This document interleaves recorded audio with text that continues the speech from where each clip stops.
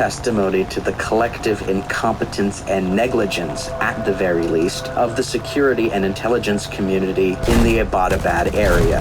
How the entire neighborhood, local officials, police and security and intelligence officials all missed the size, the strange shape, the barbed wire, the lack of cars and visitors over a period of nearly 6 years beggars belief.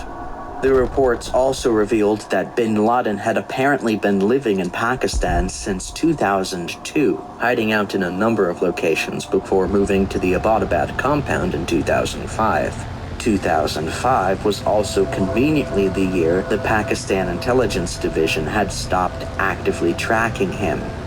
While the report does not rule out the idea of individuals within the government providing a support system for terrorists, it does state that, quote, culpable negligence and incompetence at almost all levels of government can more or less be conclusively established.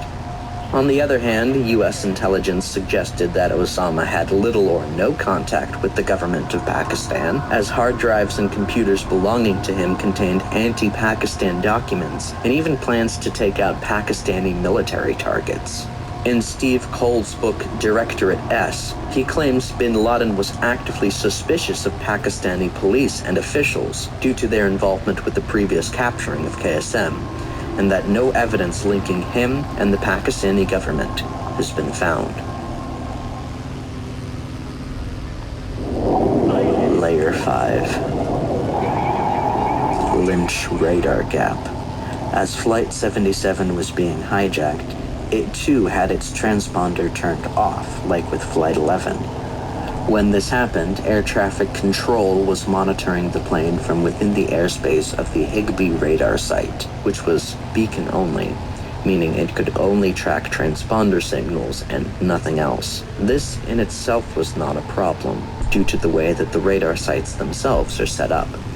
Airspace is split into what are known as radar sort boxes, with each box being assigned to oftentimes 2 radar sites, one primary and one supplementary. The computer that receives the radar data is trained to display only the active radar site within these sort boxes. When the Higbee site became unable to track Flight 77, coverage switched to the Lynch radar site, the assigned backup.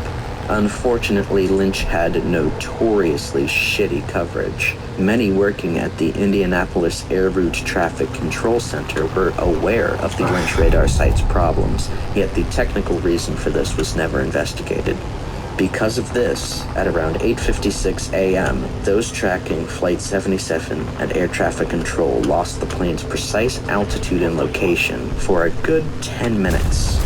The Lynch radar picked the signal back up at 9:04 a.m., at which point the plane had finished its 180-degree turn back towards Washington, D.C. It has been questioned by some theorists whether or not the hijackers deliberately chose to start the turn of the aircraft at this location.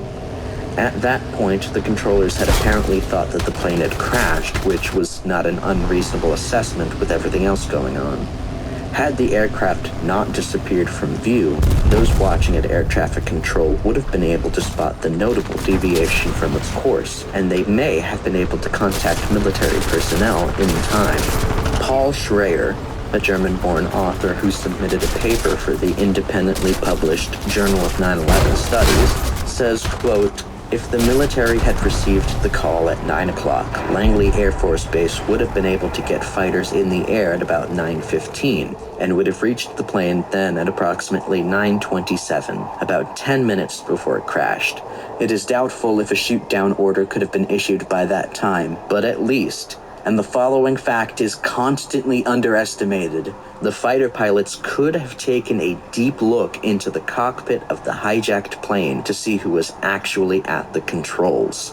This would have helped to confirm if it really was Hani Hanjour, the alleged pilot who reportedly could not even fly a Cessna safely, and whose presumed boarding is not backed by any airline check-in data. Okay. So first of all, this is kind of inaccurate considering that Hanjour appears on both the flight manifest of 77 and closed caption TV footage from the airport itself. And at the same time, it's kind of ridiculous. Like, at that point, one of the tallest buildings in the West had been hit by a hijacked plane, and another was just minutes away from doing the same thing. If they're gonna issue a shoot-down order, they're far beyond caring about those on board. They're not gonna look through the cockpit windows to make sure it really was the guy they said it was. They're just gonna take the plane down. It's arguing semantics at this point. Ukraine war propaganda. Another one of my own submissions. The most substantial find that 9/11 researchers have made since the start of the new decade was a new, truly remarkable clip of Flight 175 approaching and then impacting the south face of the South Tower. It's a striking, never-before-seen angle, and it was first uploaded to YouTube on February 24th, 2022. Which was coincidentally the day Russia launched its invasion of Ukraine.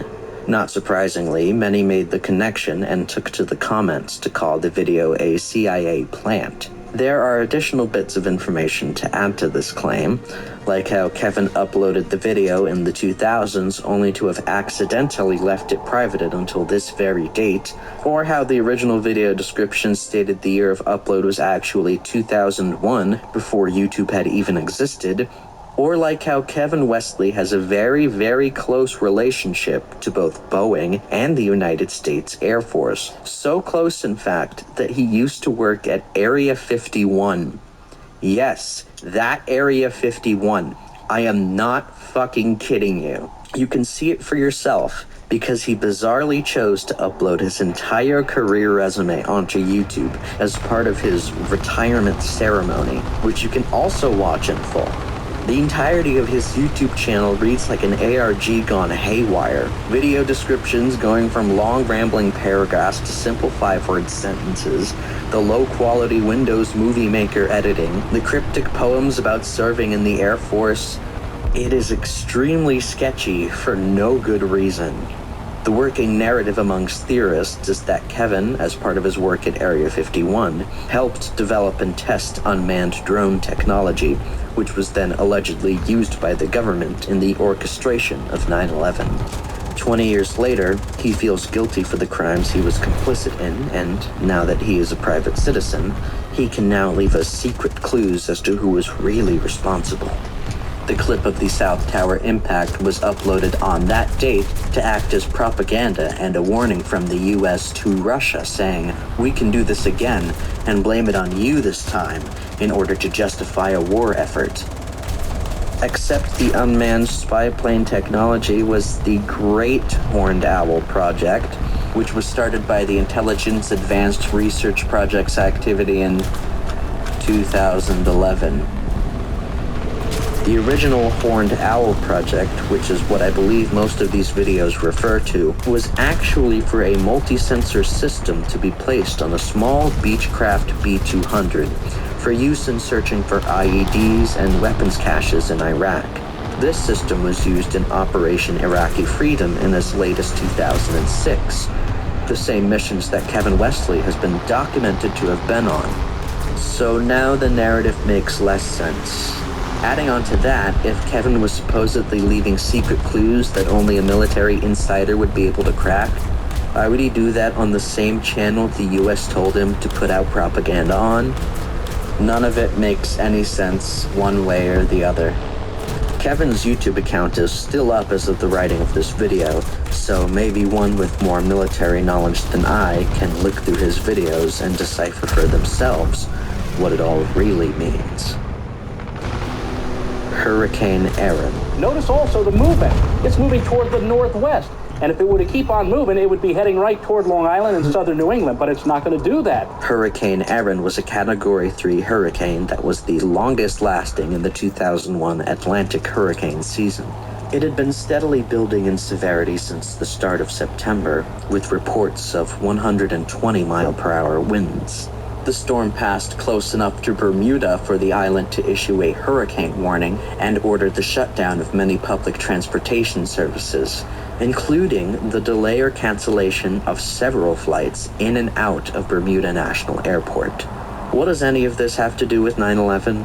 Well, seeing as how the hurricane traveled up the East Coast throughout the first half of September, some have wondered what would have happened if Hurricane Erin had just been a little closer to New York City on the day of the attacks. Would we have seen planes at Logan, Newark, and Washington Dulles International airports be delayed? Would the Al-Qaeda plot be foiled by a spot of really bad weather? There's no way to actually prove or debate any of this. It's all just speculation, really. Not exactly much even the US government can do about a fucking hurricane. It's doubtful the weather would be at its worst around the planned time of the attacks, but some part of me has this childlike idea that maybe the impending storm would somehow help to put out the fires in the World Trade Center before they fell down. Probably not, though. International weather, well, don't know that we want to get into this because you have no way of getting there right now, but in days to come, of course, we'll keep... Prague Connection. That name almost sounds like a Jason Bourne big-budget thriller movie or something. This entry refers to a supposed meeting between Mohammed Atta and Ahmad Khalil Ibrahim Samir Alani, an Iraqi intelligence officer. The April 2001 meeting was first alleged by Czech officials shortly after the attacks, and was subsequently repeated by Vice President Dick Cheney in a Meet the Press interview in December of 2001. It's been pretty well confirmed, but he did go to Prague and he did meet with a senior official of the Iraqi intelligence service. He would repeat this claim as the nation headed into war with Iraq, claiming that it was proof of the connection between Iraq and 9/11. After a year-long investigation by the FBI and a 2-year-long investigation by the CIA, it was determined that this claim was false. A purported letter written by the former chief of the Iraq Intelligence Service that mentions housing Atta and working with him was proven to be a forgery, and Atta was spotted on security cameras from a bank in Virginia Beach, which matches up with the timeline from the 9/11 Commission. Even Al-Ani himself, once captured by the United States, claimed that he never met Atta and that he didn't know of any other Iraqi officials that did. The controversy here stems from the use of this rumor by members of the Bush administration attempting to justify the invasion of Iraq. One claim, originating from a classified CIA report, suggested that White House officials even proposed mentioning the Prague connection in one of Bush's upcoming speeches. That idea was shot down pretty quickly. Committee Democrats wrote a letter in 2006 condemning the classification of the report and accused the CIA of protecting the White House, because the White House and the CIA have such a great history together. Eventually, later that same year, Cheney appeared again on national television and admitted the meeting had most likely never taken place. Benazir Bhutto and Bin Laden death theories. Benazir Bhutto, a 2-time Prime Minister of Pakistan and then leader of the Pakistan People's Party, claimed in a 2007 interview with Al Jazeera that Osama bin Laden had been killed and that she knew the man who did it. She even gives the name of the executioner, Omar Sheikh, a Pakistani terrorist who was close associates to Al-Qaeda. He's a former military officer. He is someone that had dealings with Omar Sheikh, the man who murdered Osama bin Laden. Now I know. A month after the interview on December 27th, Bhutto was assassinated by a suicide bomber, who was later revealed to have been sent by Al-Qaeda themselves. In his book, Osama bin Laden, Dead or Alive, the late David Ray Griffin speculated that Bhutto might have misspoke, intending to refer to the American captive Daniel Pearl. The media at the time had been focusing on Omar Sheikh and his attempt to appeal his charges in the 2002 beheading of Pearl. And earlier in the interview, Bhutto does mention Pearl and one of the sons of Osama bin Laden. In addition, the next day on CNN, Bhutto allegedly stated, quote, Omar, 2007 interview with Al Jazeera that Osama bin Laden had been killed and that she knew the man who did it. She even gives the name of the executioner, Omar Sheikh, a Pakistani terrorist who was close associates to Al-Qaeda. He's a former military officer. He is someone that had dealings with Omar Sheikh, the man who murdered Osama bin Laden. Now I know. A month after the interview on December 27th, Bhutto was assassinated by a suicide bomber, who was later revealed to have been sent by Al-Qaeda themselves.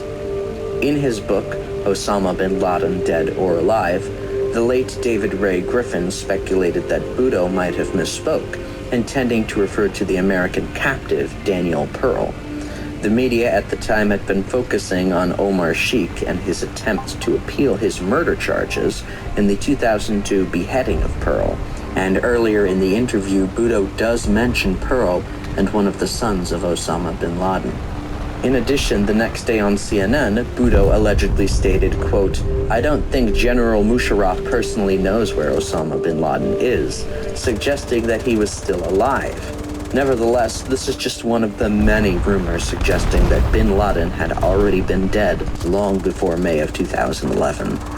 Reports of his sudden passing by way of an unidentified illness go back as early as December 2001. The Pakistani Observer ran a story from an alleged Taliban official who attended his funeral. The year of 2002 was filled with even more false leads and misinformation as the United States scrambled to locate him. His will was supposedly found, again dating to December 2001, but no one was able to verify if it was actually Osama who wrote it. There was also speculation that he was going into or had died from renal failure, taking a dialysis machine with him when he lived in Afghanistan. A Time magazine article published in 2008 claimed that bin Laden had been suffering from a long-term kidney disease and that the CIA had given him, quote, no more than 6 to 18 months to live. Hell, the CIA even closed their own unit focused on capturing him in 2006, citing a lack of solid information. When Barack Obama took office in 2009, he made the hunt for bin Laden a primary focus of his national security policy. At the same time, new video and audio tapes from Osama emerged from his hiding place with varying degrees of authenticity between them.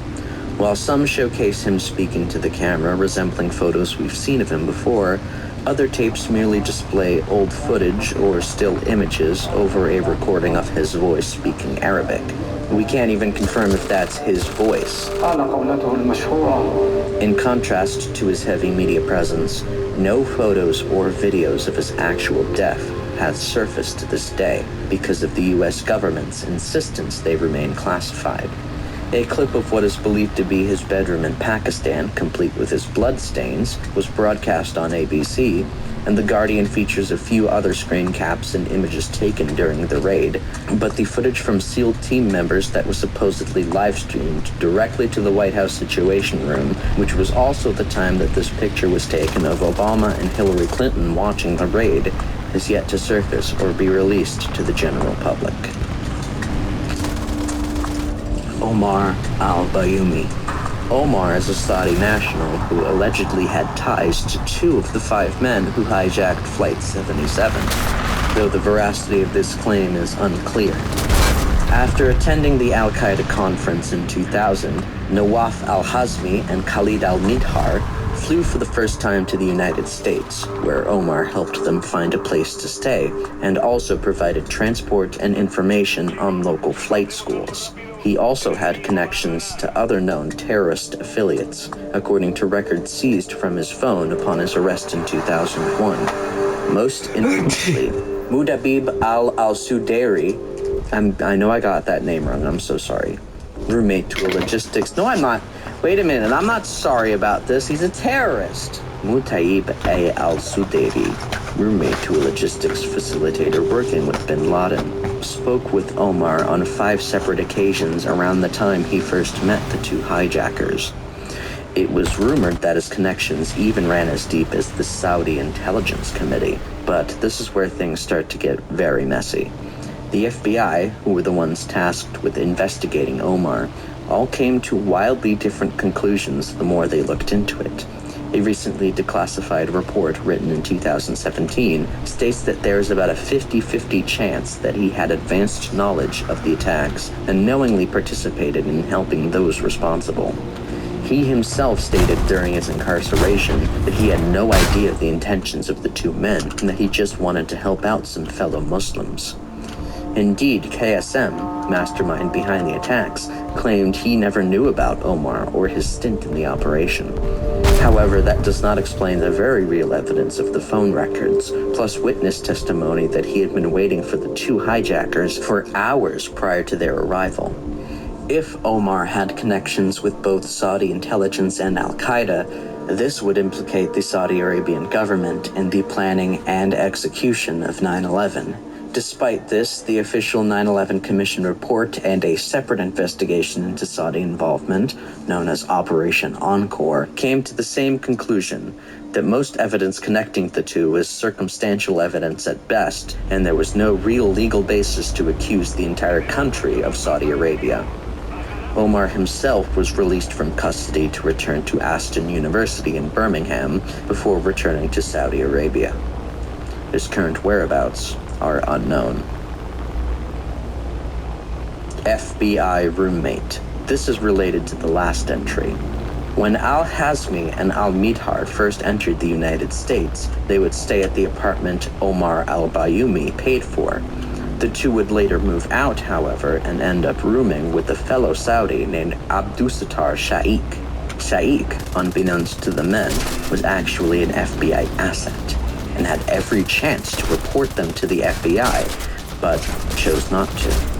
He claims the two were introverted but not suspicious, saying he had no idea that they wanted to be pilots and that, like Omar before him, he had just wanted to help out fellow Middle Eastern students. Having been a retired English professor, he was used to taking in Arab students into his home in Lemon Grove, California, and saw this as more of the same thing. The joint inquiry into intelligence community activities before and after the terrorist attacks of September 11th, 2001, that is quite a name. Anyway, that joint inquiry called Abdusattar Shaikh, quote, the FBI's best chance to uncover September 11th before it happened, which I don't think is entirely fair. As we've seen, unfortunately, the FBI itself was fraught with internal problems, and as such, even if they were made aware of the hijackers' locations, it's doubtful they would even do anything about it anyway. These men had visas to come to the United States, had entered the United States. We've got to have accountability in this system. And that failure is massive.